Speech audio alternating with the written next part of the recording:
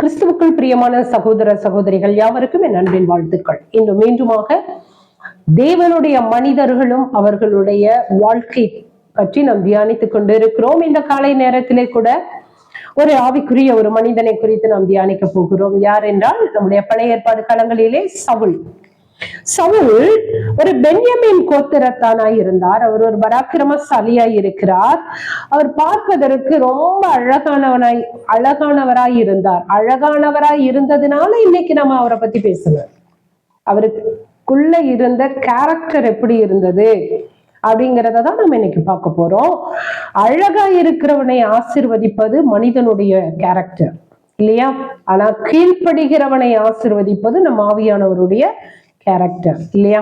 அப்ப இந்த நாள்ல பாத்தீங்கன்னா இந்த சவுலை குறித்து நம்ம ஒரு ஸ்டோரி இருக்கு. அவங்களுடைய தகப்பனாருடைய கழுதை ஒன்று காணாமல் போகிறது. கழுதை என்ன ஆயிடுச்சு? காணாம போயிடுச்சு.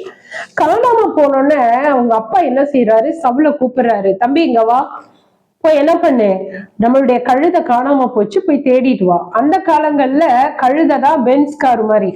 இன்னைக்கு நம்மளுக்கு எல்லாம் இருக்கு இல்லையா, ஆடி காரு பென்ஸ் கார் மாதிரி என்னதுங்க, அந்த காலத்துல கழுதைதான் ஒரு வாகனம். அப்ப அது காணாம போயிருச்சு. இந்த காலத்து பிள்ளைங்க, வாலிப பிள்ளைகளை கூப்பிட்டு எப்பா நம்ம கார் காணாம போய் பார்த்துட்டு வானா ஒரு 2 வீதி சுத்துவாங்க, அல்லது ஒரு ஊரை மட்டும் சுத்திட்டு வந்து காண நாங்க அவ்வளவுதான், எனக்கு டயர்ட் ஆயிடுச்சு, நான்லாம் போக மாட்டேன் அப்படின்னு உங்களை மாதிரி என்ன மாதிரி சொல்லி இருந்தா இன்னைக்கு நம்ம சவுல் ஐயாவை பத்தி பேசியிருக்க மாட்டோம். ஆனா அவர் அப்படி செய்யல. உடனே என்ன செய்யறாரு? எனக்கு ஒரு வேலை இல்லையா? நீங்க இன்னைக்கு இந்த காலத்து பிள்ளைங்க கேட்கறாங்க இல்லையா, எனக்கு ஒரு வேலை இல்ல, எனக்கு 1008 வேலை இல்லை, உனக்கு தேவைன்னா நீ போய் என்ன பண்ணு, கழுதிய தேடு, கார தேடு. ஆனா இந்த சவுல் அப்படி சொல்லிங்க. அவர் என்ன செய்யறாரு பாருங்க, அப்பா சொல்லிட்டாருன்னு உடனே கீழ்படுகிறார். கீழ்படிஞ்சு என்ன பண்ணிட்டாருங்க, அவரு ஏதோ ஒரு பர்டிகுலர் பிளேஸ் மாத்திரம் பார்த்துட்டு வந்து இல்ல அவ்வளவுதான் அப்படின்னு எல்லாம் சொல்லல. அவர் என்ன பண்ணாருங்க, அவர் என்ன செய்யறாராம், 1 சாமுவேல் 9ஆம் அதிகாரம் 3வது வசனத்துல எல்லாம் படிச்சீங்கன்னா அவர் சொல்றாரு, முதல்ல எப்ராஹிம் மழையை கடக்குறாரு. என்ன பண்றாரு? ஒரு மழையே கடந்து போய் பாக்குறாரு. எதைய? கழுதைய. அடுத்தது என்ன பண்றாரு? சலிஷா நாட்டு, ஒரு நாட்டையே விட்டு இன்னொரு நாட்டுக்கு போறாரு. நீங்க போவீங்களா? ஒரு கார் காணனா இங்க இருந்து ஒவ்வொரு ஸ்டேட்டா போய் தேடிட்டு இருப்பீங்களா? ஆனா இந்த சவுல் தேடுறாரு. அப்ப இவர் என்ன பண்றாரு, இப்படி அவங்க இருந்த ஊரை விட்டு, அந்த ஸ்டேட்டை விட்டு அடுத்தடுத்த ஸ்டேட்டை விட்டு போறாரு. இப்போ உதாரணமா சொல்றோமே, நம்ம தமிழ்நாட்டுல ஒரு பிளேஸ்ல காணோம், இந்த டிஸ்ட்ரிக்ட் விட்டு அடுத்த டிஸ்ட்ரிக்ட், அடுத்த டிஸ்ட்ரிக்ட் விட்டு அடுத்த டிஸ்ட்ரிக்ட், அப்படியே போயிட்டு என்ன போயிடுறது? கேரளா போயிடுறது. கேரளாவை தாண்டி அந்த பக்கம் போறது. இப்படி இல்லையா? இங்க இருந்து அப்படியே கோயம்புத்தூர் போறோம், கோயம்புத்தூர் வரைக்கும் பாக்குறோம், காணும். கோயம்புத்தூர்ல இருந்து பாலக்காடு போறோம், பாலக்காட்டுல இருந்து அப்படியே திருச்சூர் போயிட்டோம். எங்க போயிட்டீங்க நீங்க? தமிழ்நாட்டை விட்டு எங்க போயிட்டீங்க? கேரளா போயிட்டீங்க. அந்த மாதிரி இந்த சவுல் கூட என்ன பண்ணாரு, பென்யமின் நாட்டை விட்டு என்ன பண்ணிட்டாரு, எதை தேடி போறாரு? கழுதையை தேடி போயிட்டு இருக்காரு. இப்ப போனவருக்கு என்ன தெரியுங்களாச்சு, கழுதை போயிட்டே இருக்கு. அது அவருக்குள்ள இருக்கிற கேரக்டர் பாருங்க. ஃபர்ஸ்ட் ஆஃப் ஆல் அப்பாவுக்கு கீழ்படுகிறாரு. 2வது காரியம் பாத்தீங்கன்னா விடாமுயற்சி. எப்படி எங்க அப்பா சொல்லிட்டாருங்க, அப்ப நான் அதை செய்தே தான் தீருவேன். அந்த விடாமுயற்சி அந்த சவுல்ட்ட இருந்தது. இது பின்னாடியே இருந்தது இல்லையா? தன்னுடைய மருமகனை துரத்துறதுலயும் விடாமுயற்சியில துரத்தினார். ஆனா இங்க பாத்தீங்கன்னா அந்த கழுதியை தேடி விடாமுயற்சி என்ன பண்ணாரு, போறாரு. போயிட்டே இருந்தவர் திடீர்னு என்ன ஆயிட்டாரு, அவருக்கு ஒரு சுயநினைவு வந்த மாதிரி சொல்றாரு. அவங்க வேலைக்காரனை யார கூட்டு போறாரு? வேலைக்காரனை கூட்டு போறாரு. இப்ப வேலைக்காரன்ட்டு சொல்றாரு, அச்சோ நம்ம ரொம்ப நாள் ஆச்சேப்பா, நம்ம தமிழ்நாட்டை விட்டு கேரளாக்கு வந்து, கேரளா விட்டு ஆந்திரா போயிட்டோம், ஆனா என்ன ஆயிடுச்சு, கர்நாடகாவே போயிட்டோம், இன்னும் என்ன ஆகல, இப்படியே டிஸ்ட்ரிக்டா போயிட்டு இருக்கிறோம். அப்பா கழுதை காணாம போச்சுன்னு கவலையை விட்டுட்டு நம்மள தேடுவாரே அப்படின்னு ஒரு கருசனை, அக்கறை. தன் பெற்றோரின் மீது அவருக்கு ஒரு அக்கறை இருந்தது, கருசனை இருந்தது. இன்றைக்கு இருக்கிற பிள்ளைகளுக்கு தன் தாய் தகப்பனை குறித்ததான அக்கறை, கருசனை நம்மகிட்ட இருக்கா? ஐயோ எங்க அப்பா சாப்பிடல, ஐயோ எங்க அம்மாவுக்கு உடம்பு சரியில்லை, அவங்கள ஹாஸ்பிட்டல் கூட்டு போனோம், அவங்கள நான் கவனிக்கணும், இன்னும் இல்லையே. இதை கேட்டுக்கொண்டு இருக்கிற பிள்ளைகளை எத்தனை பேர் உங்க அம்மா அப்பாவை நீங்க கவனிக்கிறீங்க? யோசிச்சு பாருங்க. அவங்களுக்கு செய்ய வேண்டிய கடமையை செய்றீங்களா? அவங்களுக்கு நீங்க ஒபே பண்றீங்களா? அவங்க சொல்றதுக்கு கீழ்ப்படுகிறீங்களா? இல்லையே. ஆனா இந்த சவுலை பத்தி ஏன் தெரியுமா நம்ம இன்னைக்கு பாக்குறோம்? இத்தனை கேரக்டர் அவர்கிட்ட நல்ல கேரக்டர் இருந்தது. அப்ப அவர் என்ன பண்றாரு, இப்படியே வர்றாரு.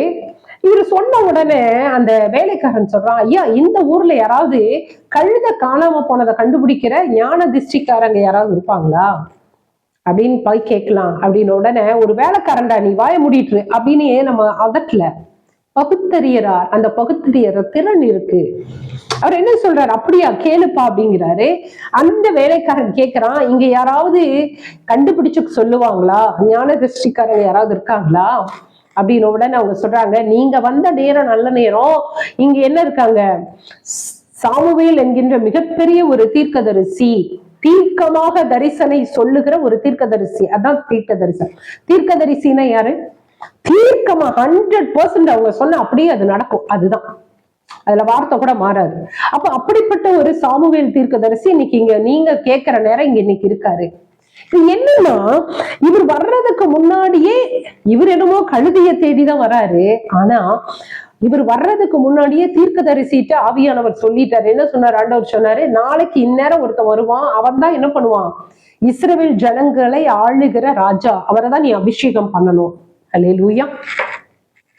ஒன்று மட்டும் தெரிஞ்சுக்குங்க, நீங்க உங்களுக்கு ஒரு தேவன் உங்களை குறித்து ஒரு அழைப்பை வைத்திருக்கிறார் என்றால் அந்த அழைப்பை நிறைவேற்றும் வரைக்கும், நீ சரியான இடத்துல கொண்டு போய் உங்களை சேர்க்கிற வரைக்கும் உங்களை என்ன பண்ணுவாரு, நீங்க போறது என்னமோ வெறுமையா தான் இருக்கும். ஐயோ என் டைம் வேஸ்ட், என்னுடைய உழைப்பு வேஸ்ட் நீங்க நினைக்கலாம். ஆனா இல்லைங்க, கர்த்தர் ஒரு மனுஷனை ஸ்கெட்ச் போட்டாருன்னா, இந்த பிள்ளை எனக்கு தான் வேணும், இவனை நான் இப்படிதான் உயர்த்துவேன்னு அவர் நினைச்சிட்டாருன்னா, அது நடந்து முடியற வரைக்கும் நமக்கு ஒண்ணுமே நடக்காத மாதிரி தெரியும். ஏன்னா நம்ம தேடுறது என்னமோ கழுதை தானே, இல்ல? ஆனா தேவன் நம்மை கொண்டு ஒரு பெரிய திட்டத்தை வச்சிருக்காரு. அது நடந்து வரைக்கும் நீ என்ன பண்ணும், காத்திருந்துதான் ஆகணும், போயிட்டே தான் இருக்கணும், டிராவல் பண்ணிட்டு தான் இருக்கணும், இல்லையா?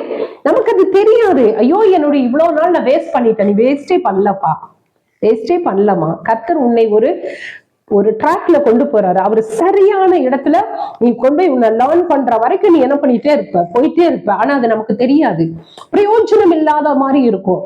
இதுல எனக்கு என்ன பிரயோஜனம் அப்படின்னு கூட அவர் நினைச்சு சோர்ந்து போயிருக்கலாம். இல்ல இப்படிதானே நம்ம கூட. கவலைப்படாதீங்க, கர்த்தர் உங்களை கொண்டு ஒரு நோக்கத்தோட தான் உங்களை அழைத்து கொண்டு போயிட்டு இருக்காரு, இல்லையா?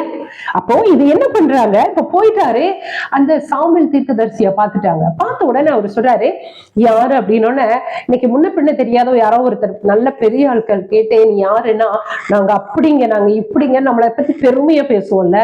ஆனா இந்த சவுல் என்ன தெரியுமா பண்ணாரு, ஐயா நான் ஒரு பென்யமின் கோத்திரத்துல ஒரு சின்ன குடும்பத்தை சார்ந்தவங்க அப்படின்னு தன்னை தாழ்த்துறா.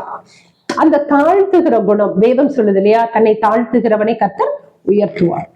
அந்த தாழ்மை அந்த சவுல் கிட்ட இருந்ததுங்க.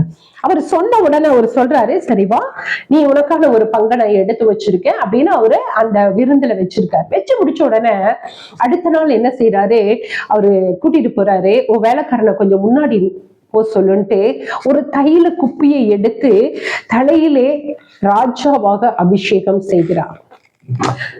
அபிஷேகம் செய்துட்டு சொல்றாரு, நீ தேடிட்டு வந்த இல்லையா, இந்த இஸ்ரவேல் ஜனங்களுக்கு நீதான் ராஜா. இன்னைக்கு நம்மளுடைய தலைப்பு என்ன தெரியுமா, அற்பமானவனை கூட அரியணையில் ஏற்றும் ஆவியானவர் நம் தேவன். நீ அற்பமா இருக்கியா, ஐயோ தொலைஞ்சு போச்சுங்க, எனக்கு வாழ்க்கை இல்ல, சந்தோஷம் தொலைஞ்சிருச்சு, சமாதானம் தொலைஞ்சிருச்சு, ஆசீர்வாதம் தொலைஞ்சிருச்சு, வேலை தொலைஞ்சிருச்சு, இதுக்காக தான் நான் ஆண்டவரை தேடி வந்தேன். எப்பா நீ வர்றது வேணா அற்பமான கழுதை போல ஏதோ ஒரு பொருளா இருக்கலாம், ஒரு காரியமா இருக்கலாம். நீ அப்பதான் ஆண்டவரை தேடுற. எல்லாமே கம்ஃபர்டபுளா வீட்டுல கழுத இருந்தா நீ ஆண்டவரை தேடி வர இல்லையா?